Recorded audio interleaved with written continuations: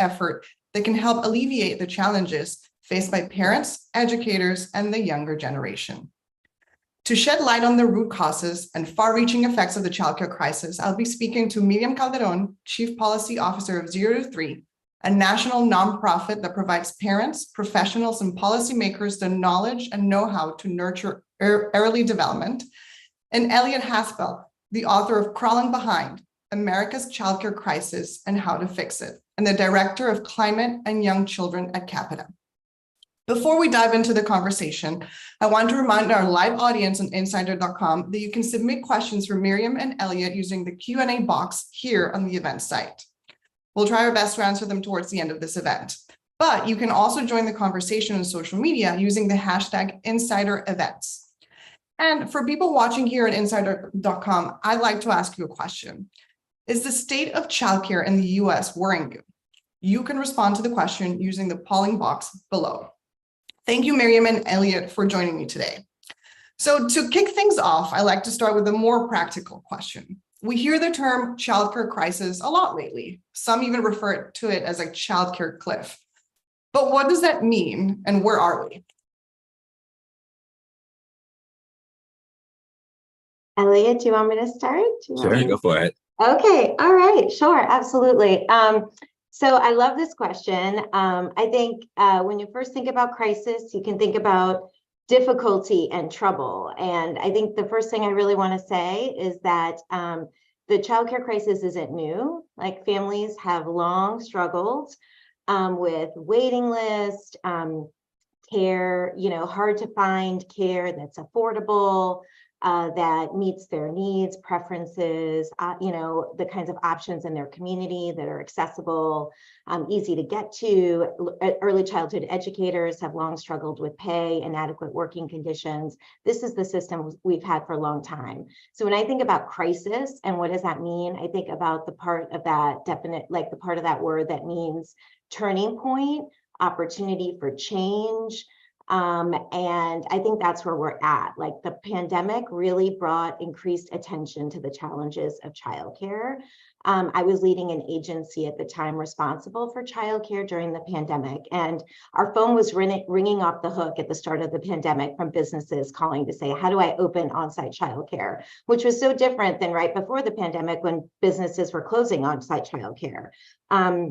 We were subsidizing childcare in new and different ways during the pandemic to help keep the doors open with public dollars. So, it's not fixed, but we are headed in a different direction. I think it's a kitchen table issue now. And I think that we're at a point where, we need to keep going in where the direction that we're going to stabilize the sector. And that really is going to take funding, and then pursue long-term solutions, or we can, not act quickly and it can actually get worse. So I think that's where we are. Yeah, I think Miriam's absolutely right. I think childcare, sometimes say it's one of those rare issues that works for no one. It doesn't work for anyone involved. It doesn't work for parents. It doesn't work for the providers. It doesn't work for the children. It doesn't work for businesses. Like, no one's actually benefiting from this system. In fact, and we can talk about this if you want, Cons, but we don't really have so much a childcare system in America as we have some advocates call it a non-system. So we just never sort of deigned to actually create one. And so it is this mishmash of private providers and parents being asked to pay a lot, and providers, the actual educators sort of subsidizing everyone else by taking very low wages. And then you mentioned the childcare cliff, which I think a lot of parents have heard about. And what that refers to is during the pandemic, the federal government passed upwards of $50 billion of childcare relief, and $24 billion of that was specifically going to childcare programs to help keep their doors open, because first, enrollment dropped, right? And childcare in this country is treated much more like a restaurant or a gym where it's pay to play. And if you don't have, sort of tuition coming in, you can't keep the doors open. And then after the sort of parents started putting their kids back in childcare, there were big issues around staffing.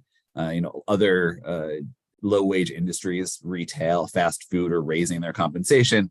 Childcare programs were unable to keep pace. And so some of this funding was also letting childcare programs offer higher wages. That money is expiring in 3 days. And so that doesn't mean it's not literally like a cliff where they're going to fall off. It's sort of going to start tumbling down because it's different in every state. But the point is that childcare programs are going to have harder and harder time operating. And what all of the surveys tell us is that the vast majority of them are going to first raise their fees, are going to actually raise parent tuition even higher. And many of them do risk the not being able to continue operating at all. You both mentioned the pandemic, and we're going to touch a little bit on that in a second. But how do we get here? Like, was this coming all along for the US? Like you said, Elia, there was no childcare system. It's just rigged of, parents doing their best, educators doing their best. So like, how do we get here today? And Elliot, if you want to start. Sure. So in America, as in most countries in the world, starting around the sort of post-World War II, there started to be a steady increase in mothers entering the workforce. This really picked up in the 1960s. And by 1975, you had half of all parents, or half of all mothers of children under the age of 5 in this country were working outside the home. That's about 2/3 now of young children have all of their available parents are in the workforce. And so you can do one of two things in that situation. You can either create a childcare system that has sort of public funding behind it, similar to the public schools, right? Because otherwise it costs so much to provide the service that the economics get really wonky and you have to ask parents to pay a lot. And you have to ask educators to make a very small amount of money. And there was a moment in 1971 where there was this bill. It passed both houses of Congress on a bipartisan basis. And it would have created the start of a nationally funded, locally run network of childcare programs. And it got to President Nixon's desk and he vetoed it in pretty strong language, saying basically, like, we're not going to put the federal government in the family realm. Like, that's a family thing. And that sort of was the break point. So you can see many other countries starting in the 70s and on started to build up their systems. America never did. They said, you know what? It's a family issue. Let's let the free market deal with it. And as a result, you ended up with, again, parents having to bear the vast majority of the cost burden. But the thing people don't, they always ask, well, I'm paying $10,000 a year for my kids' childcare. How are these educators how are they making $13 an hour? And how are you telling me that they can't keep their lights on in these programs? And the fact is that the cost of providing childcare is exceptionally high because you need a lot of humans. You should want a lot of humans and small ratios of adults to children. In many states, it's 4 infants for 1 adult. It'll be like 6 or 7 toddlers for 1 adult. And so when you think about how much that means for personnel costs, the actual true cost of care is much higher than what most parents are paying. Programs are taking a loss on a lot of those kids. And then when we have situations where there's that big gap, public schools would be the same way if we asked parents to pay for it and the government didn't put any money in. We ask public dollars to fill that. But ever since the 70s, the US has never put public dollars in any significant amount into the system. And we are now, we're reaping what we sowed. You published your book in 2019 before the pandemic even showed us how essential childcare is to many. Are things going as you predicted? Did the pandemic speed up something that was maybe inevitably coming for the US? Yeah, and after I dug, I think Miriam, her organization just released a new report just today with even more data on this. I think we had a very fragile equilibrium before the pandemic, where Miriam's right, it wasn't working well, but if you paid your educators $14 an hour and McDonald's paid their educators $14 an hour, their workers $14 an hour, you can maybe keep staffing kind of like working. That equilibrium has shattered now. The labor force, which I personally think is a good thing, right? You're seeing base pay, go up in fast food and retail and many other sectors. But again, these childcare programs can't keep up. So when I wrote the book, was right when it was an issue, was a crisis. You had, major candidates for federal office talking about it in late 2019. So clearly it was not headed in a good direction, but the pandemic was this accelerant that made all of those trends go basically, again, like that equilibrium is shattered. And this isn't a pandemic hangover. Like, the parents and policymakers need to understand this. This is not going to get better. This is only going to get worse unless there is a major change in how we fund and support childcare in this country, and how we think about childcare as a way for supporting families in this country. Yeah. Miriam, 0 to 3 released their new report today. the State of Babies Yearbook 2023. Can you tell us a little bit about it and what it says about the state of childcare in America right now? Sure, absolutely. So the State of Babies Yearbook really tells a story about our infants and toddlers and their families in the United States. We look at how they're faring at the national level and in all 50 states. So we know the majority of our babies are babies of color. So their diversity is a strength, and we know that it is also true that far too many babies, particularly babies of color, a defining experience is economic insecurity, high rates of poverty and low income, and that geography matters a lot about the conditions and experiences that babies have, the states and communities where they live. Matters a lot, and that's really about the responsive policies, I think, that are in place to be able to support babies and families and their healthy development. And so childcare is one of 5 imperatives that we call out, where the data tell us urgent action is needed at the federal level and in states to really create more equity across states, within states, and to really address the needs of babies and their healthy development. Specifically within childcare, we are continuing to see the increased use of non-parental care. So again, what we're seeing is a lot of the same patterns and needs we saw pre-pandemic, right? That Elliot was talking about. That have been patterns building for decades, right? These are, we talk a lot about family choices, family, even use the word freedom, right? Families, families increasingly made choices about having all available adults being in the workforce, right? Around what is best for their families. And particularly when we think about the economic security and their own economic well-being, those are some of the realities that they need to be able to have their families thrive. So childcare is an essential support for that. And so we're seeing that need, but we're still seeing the same patterns. Families with lower incomes in this market-based system struggle to be able to, be in this market, right? And to be able to have options. So they're relying a lot on, more parent options, right? They have less ability to navigate this really complex market. We are seeing those kinds of patterns. We're seeing as well a lot of difficulty with infant and toddler care. Again, we know that those were also really important patterns we had seen, again, pre-pandemic.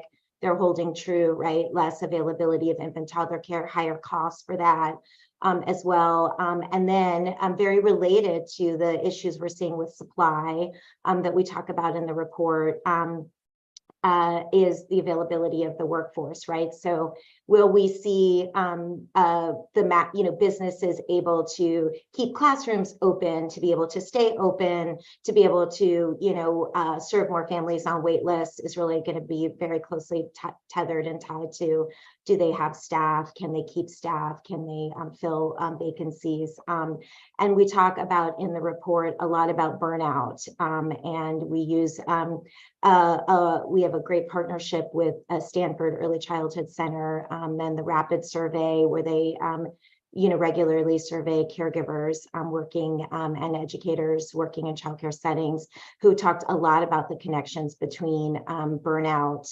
and recruitment and retention. So even for the staff that are working in the centers and what they're experiencing because of a lot of this churn and the vacancies, and sort of what's happening there, as well as we know just the challenges with low wages and working conditions and what that has continuously meant for the, how difficult it is to keep staffing. So, again, really concerning patterns. And again, this is with funding that we know, that public funding that Elliot talked about, that has still been helpful in really being able to stabilize the sector. So if this is what it looks like now with that funding, really helping to stabilize the sector, imagine what it's going to look like in the weeks and months and, to come when that funding is no longer available.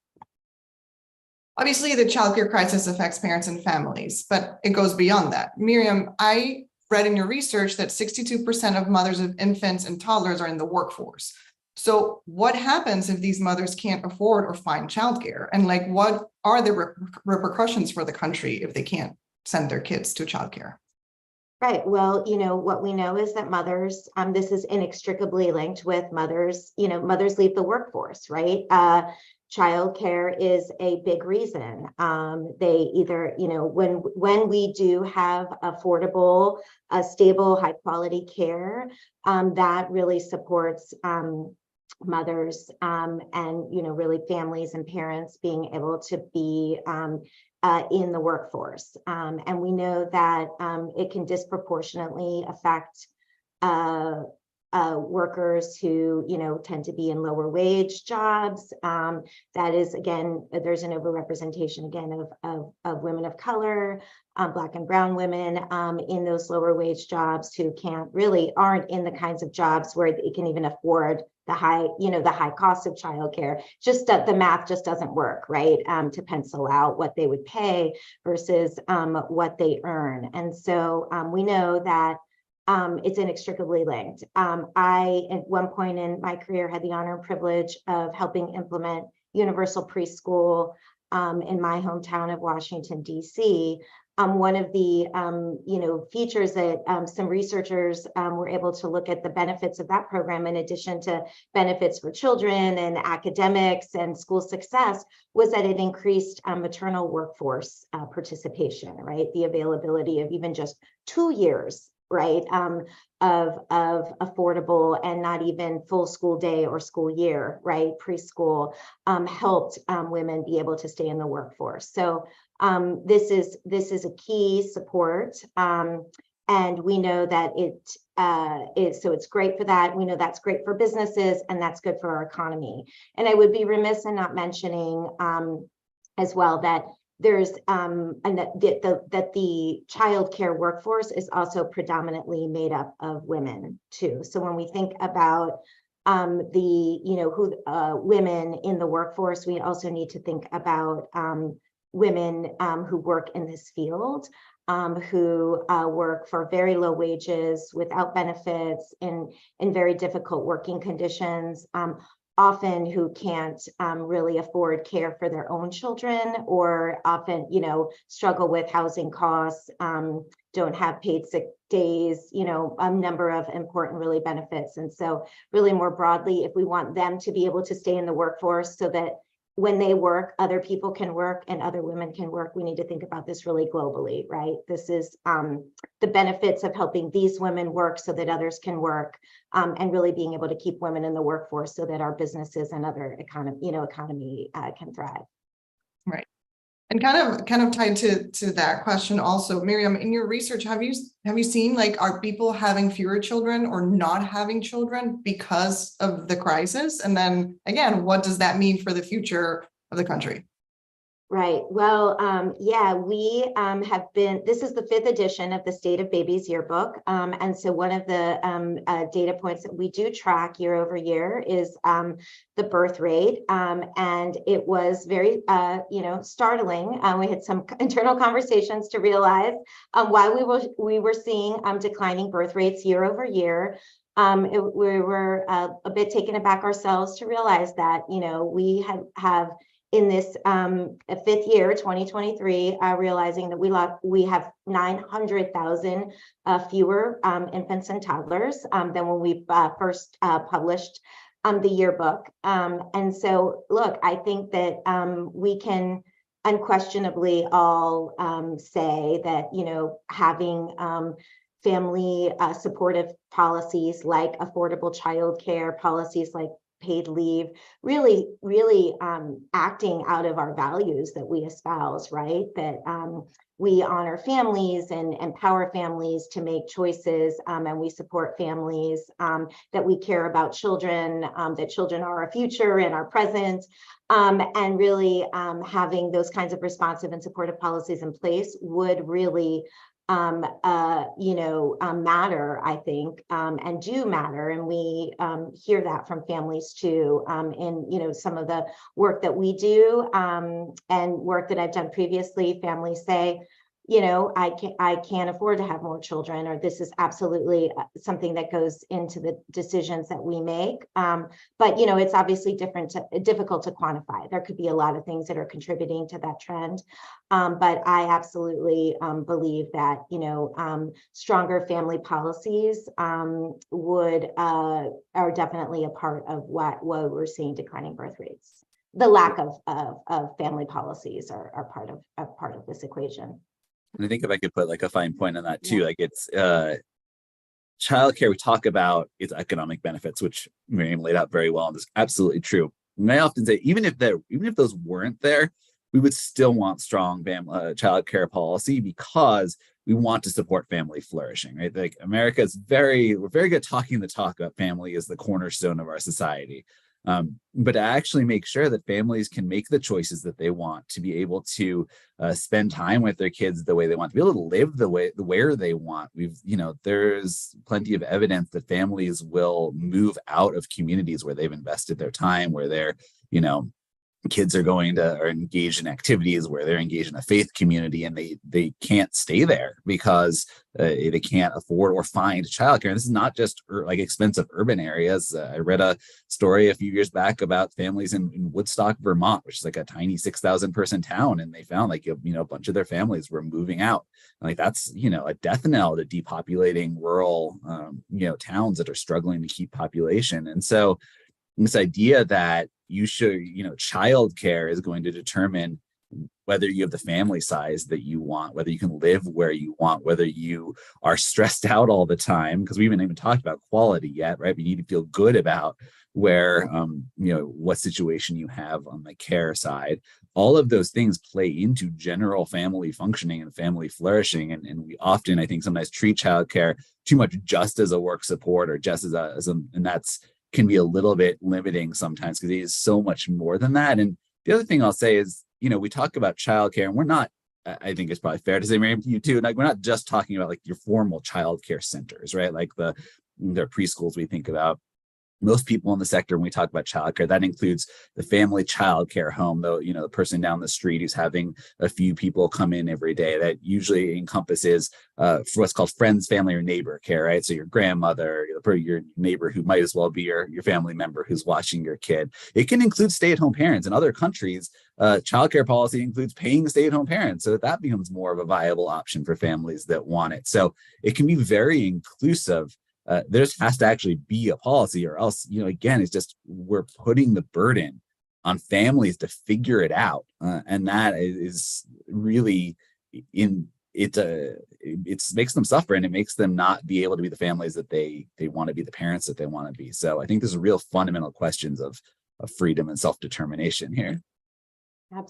Absolutely. I mean, the most prevalent actually type of care for infants and toddlers is that family, friend, and neighbor care, and that home-based care. And so we are absolutely, I think, talking about a vision for a childcare system and policy in this country where we can support those caregivers, and we can make that a kind of a better arrangement, one that is more supportive of that caregiver, one that makes that more affordable for the family, and so that is absolutely, I think, part of what we can solve. I think sometimes these conversations can get really polarized, like to have this investment, have more public funding going into the system. We are talking about less choice for families, and that's not absolutely not what we're talking about. I think we're talking about, we can envision a system where we can continue to have a lot of choice and flexibility for families. The point about the dollars going in is really to be able to stabilize and bolster a system that makes it more stable, more fair for the women working in the system, in terms of better able to meet their needs and can lower costs for families. We touched a little bit on this earlier when we were talking about how the US got here. I'm from Argentina, so sometimes I have like an outsider look, but is what's happening in the US comparable to other nations? And do we have any examples of how other countries are supporting working parents? Yeah. So it's comparable in that there were sort of a suite of countries that ended up with market-based systems that had not much government support and sort of heavy parent fees and low accessibility. Where we kind of stand alone is that we haven't done anything about it. So if you look at countries that have sort of been our peers in this regard, Canada, Ireland, Germany, kind of Australia, New Zealand, like these are all sort of followed that kind of track. But over the past 20 years, those countries have made some tremendous reforms. So in Canada, they're in the process of implementing what they're calling their $10 a day childcare system, where that's going to basically be the kind of fee that most parents are paying. And that's costing quite a bit of public money. In Germany, as of 2013, all families have a legal right to a slot in childcare from the time their kid is 1 to the time their kid enters school. In Ireland, similarly, they have actually passed, quite a few $100 million worth of new public investments. And none of these places have solved it. Germany's having supply issues and things like that. But the mindset shift and the willingness to say, look, childcare is a societal issue. It's not just an individual family obligation. And we're going to start to put some serious public funding behind it. We're really behind on that. And then if you look at sort of what are often considered some of the best systems in the world, which somewhat unsurprisingly, kind of like the Nordic countries usually rank high in that, you'll see, again, a lot of public money. There's usually a home care stipend stay-at-home parents can have if they want. And their educators are paid fairly well. And so it's not kind of rocket science. The equation is get quite a bit of public money and then make sure that there are a lot of choices that are available, make sure that there's good options, good workforce. Like it's not, we don't need to invent a new system. We need to just finally start actually building one. So I think we do definitely have some international examples we can look at. And I think it would also be remiss to mention in any conversation about childcare. The reason I said Germany starts at age 1 is because they've paid family leave. That goes right. Almost every country in the world has better paid family leave policies than the U.S., and that is a significant part of the equation. It's often segmented out as like a separate policy issue, but actually they're very tightly aligned, right? Because that's often what it provides childcare during the first 6 months to a year of a child's life in many of these countries. So you don't see any infants in childcare in these countries. So I'm seeing. Oh, sorry. Go ahead. No. I mean, I'm so glad you mentioned paid family leave, Elliot, because I think that's absolutely true. I was just going to add that, infant care is also, on the business side, one of the more difficult, I think, to make, very, again, labor intensive. I think we can all stop and ask ourselves, like, really, how many infants do we feel really comfortable with, one adult being, caring for, right? Where, at one time, and then, do the math on like what does that, how much is that one adult getting paid, per baby? And, quickly you realize that gets the cost, per baby really high. I'm not going to do numbers there, but it is really challenging. I have had to do those numbers, as somebody that has sat before, state legislators and had to justify a cost per child for infant care, and it is really expensive. And so, you see that paid family leave, I think, is an absolutely important part of this conversation. And I would just, I think, be remiss in not mentioning, we do have, a number of federal programs, other programs where we see, that they just don't have the reach right now. So, to Elliot's point about just sort of being behind, I mean, we've focused a lot on this, I think, really important, and rightfully so, the largest investment in our nation's history in childcare that we saw during the pandemic, and the impact that had, and this, the fact that it is going away, and we know and anticipate there will be real challenges as a result of that. At the same time, we've got these other federal programs like the Childcare and Development Block Grant, or Early Head Start, right, where we have where we subsidize the participation of, we subsidize costs for low-income families in poverty, to be able to participate in early care and education programs. So those programs also help families work. They also support the healthy development of children and young children, and they have very limited reach. Early Head Start is coming up on 30 years. And it reaches 11% of infants and toddlers in poverty. The childcare subsidy program reaches fewer than 5% of babies in families with low to moderate incomes. So we have failed to invest. Looking at some of the comments that our audience is leaving, and people are saying, for example, how they intentionally waited to have a second child, in order to afford childcare. How they're already paying close to 20% of their income for childcare for 2 children. So I think this is the question that a lot of our viewers are probably waiting for, which is, so how do we get out of this crisis? Yeah. So I will say part of this is going to be building the political will. And what I mean by that is that oftentimes, because it has been coded as a individual family issue, is not seen as something in America that government needs to step up on. And so politicians don't often feel a lot of pressure. Like, it's interesting. You look at all of the protests around, say, gun control, around climate change, or in these other major issues. There have been almost no sort of mass public actions around childcare. Not none. There have been a few here and there. But if your parents aren't in the street about this, which is fascinating when you think about how deep and broad of a pain point this is, right? It hits blue states and red states. It hits people who are low income, middle income.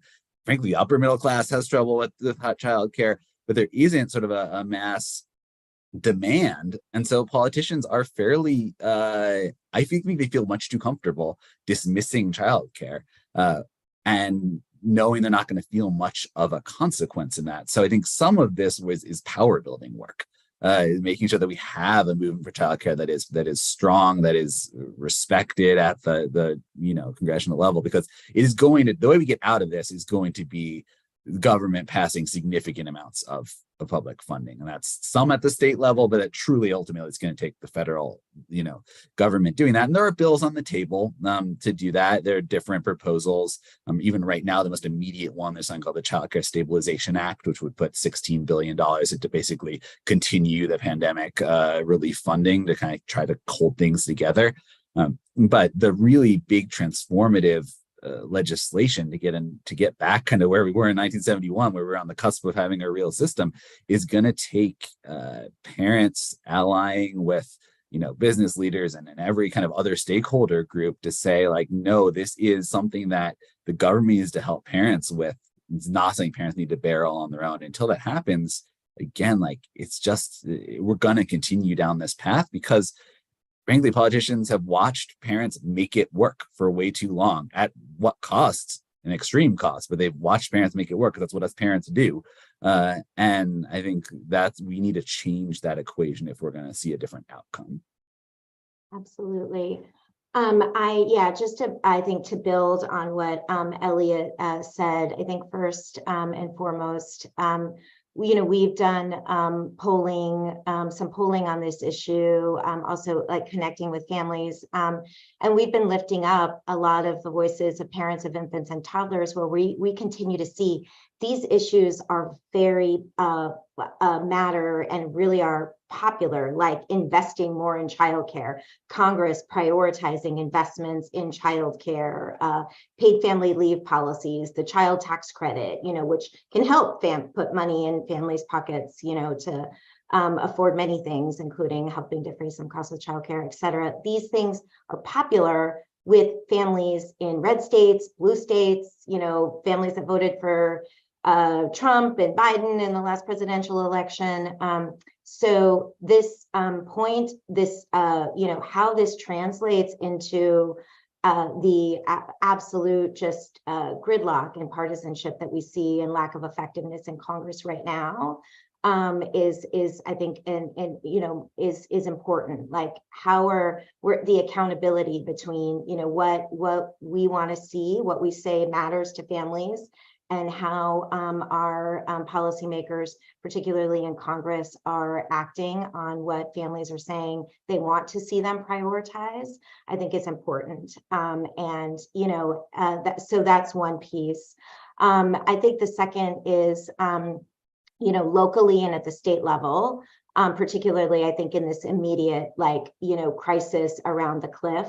And there is, you know, an opportunity, there are a lot of choice points that and ways that local and state governments can step in. I don't think they can fix the crisis in the long term, but I think that they can defray some of, and they have a lot of different tools, including investments that they can make. And so really, I think being able to think about at that local level, we've seen, you know, a number of states stepping in even to just try to make some investments to continue some of the funding that's going to be, you know, lost from, you know, try to help supplement some of the funding that's going to be lost at the federal level.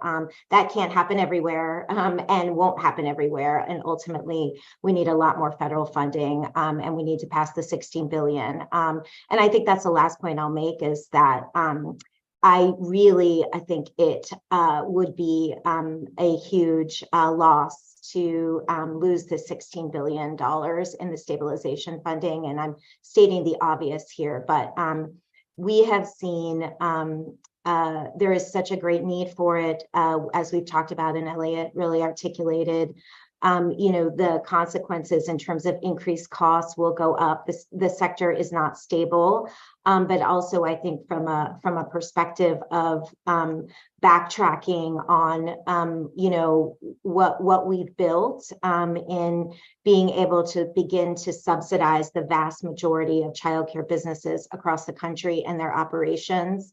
This is the future. This is getting back to moving us down the road of the policy that you know we lost in the 70s. It's critical, and you know when I think about what's happening the rest of this year, where we're talking about emergency priorities like Ukraine, you know, the border, disaster relief spending, all of these things are priorities, and we have an emergency need at home, a domestic priority, and it's childcare. And I think it is at that level. And so, you know, the first, I think, showing power is like we have to really, you know, power building. It's like we have to insist, I think, that this be on that same level, and you know, and I am hopeful that that it will be considered at that, and I will be hopeful until you know the last absolute moment that we about us really being able to get this money, because families need it, our providers need it, communities need it. So we have to just keep fighting for that, and we need everybody's voices pushing for that. Yeah. Before I move to my last question, I wanted to ask some of the questions that our audience has been dropping off in the Q&A box. This is for both of you. How do you see a potential government shutdown impacting families who receive subsidized childcare, if at all? Amy, do you want to start there?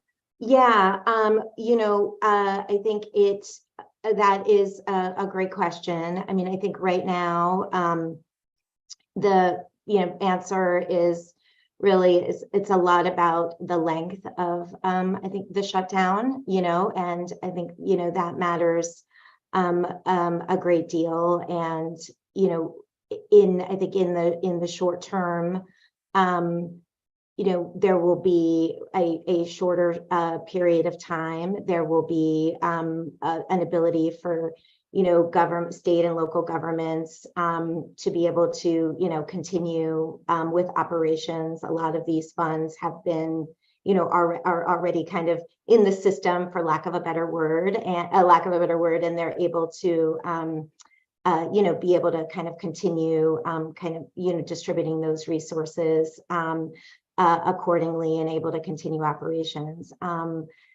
as this gets similarly at the federal level, there's a lot of contingency plans, essential functions, wonderful public servants who will continue to work as essential workers without any pay, to be able to make the bare bones of the system work. I think the longer the shutdown continues, the more ripple effects, the more we'll feel those effects at the level of, as individuals. I know that, and that will vary by programs, right? So for example, a program like Head Start, may be impacted, maybe more directly and sooner. So a lot of this is dependent by program, and there are variables by, the length, I think, as well of how long the shutdown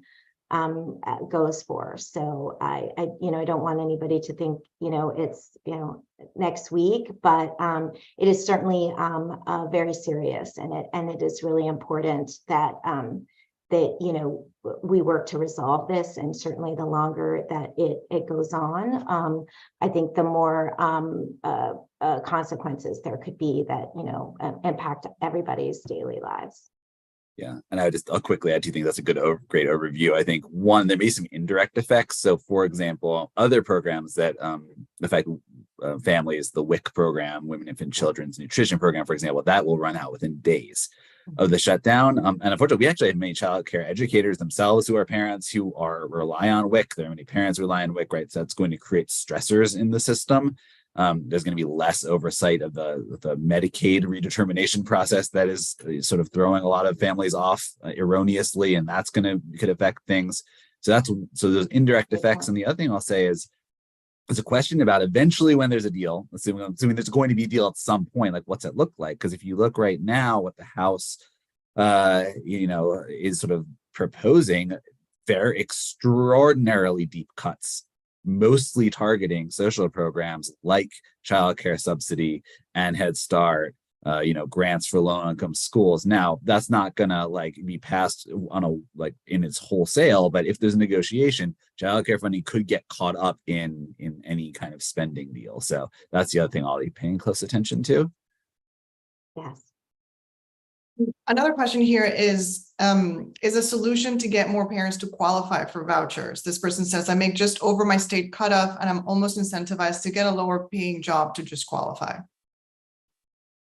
Yeah, so there are different views on this within the sector. I'll say, and that has generally been what a lot of states are pursuing. New Mexico, Vermont, a few others have been doing this, where they're basically expanding who's eligible for subsidies up to a pretty high income level. I think in New Mexico, you can make up to $115,000 or something like that a year and qualify for subsidy.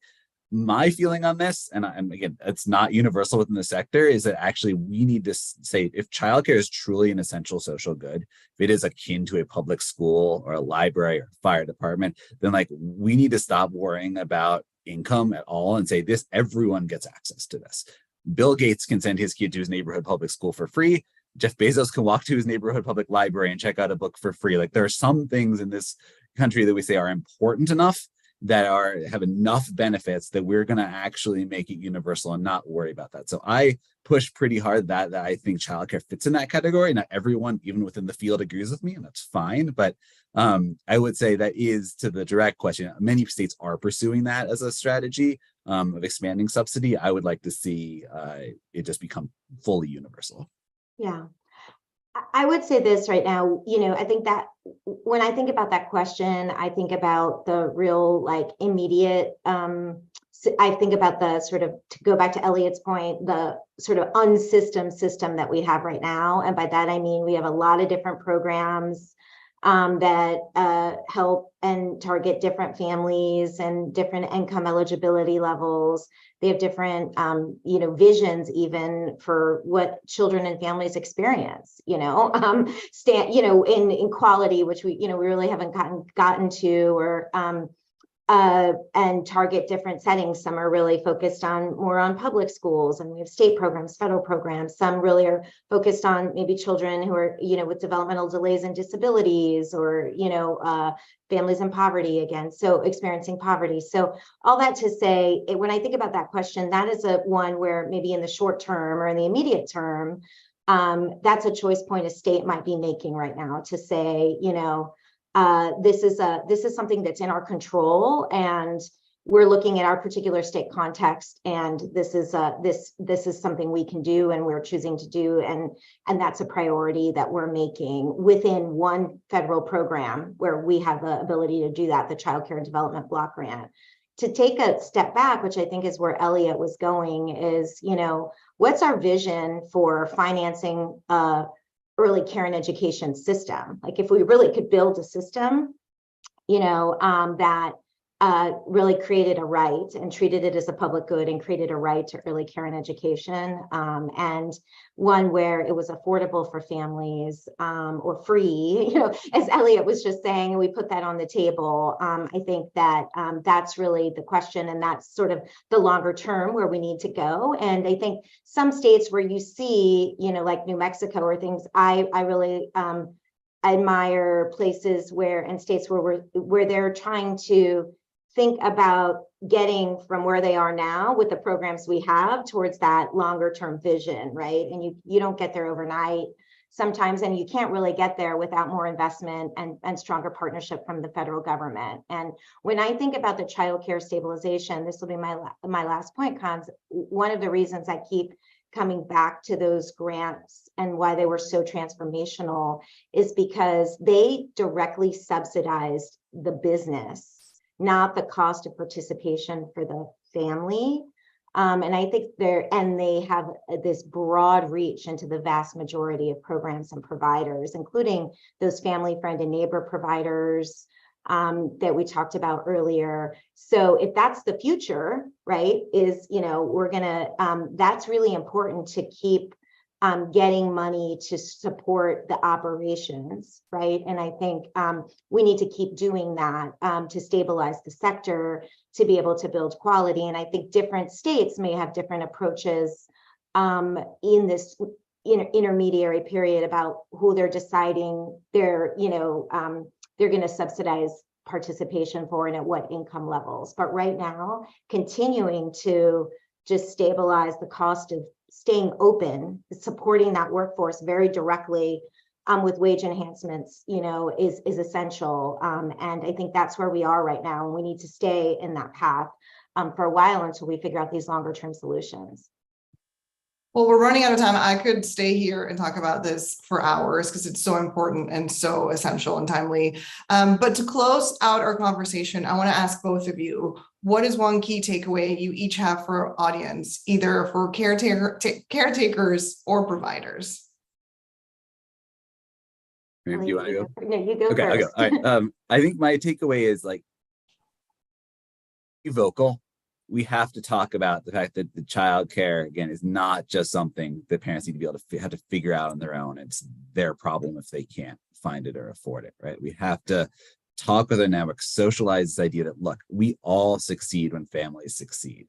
The most frustrating thing I hear in this debate, you're like, well, why do you have a kid if you can't afford it? Which, by the way, is not an argument anyone levels once that kid turns 5 years old and is going to kindergarten. But like, that mindset of like, your kid, you deal with it, is the biggest cultural mindset in America that is a barrier to transforming childcare. And the only way I know to fight that is by everyone starting to, within their circles and in their networks, talking not just to other parents, but even to the non-parents, to the older generations, and explaining why it is such an essential part, like why getting support for childcare is such an essential part of their flourishing and their thriving, so that we can get to the point where we see it as a societal obligation for society to support parents and children in flourishing and being the families that they want to be.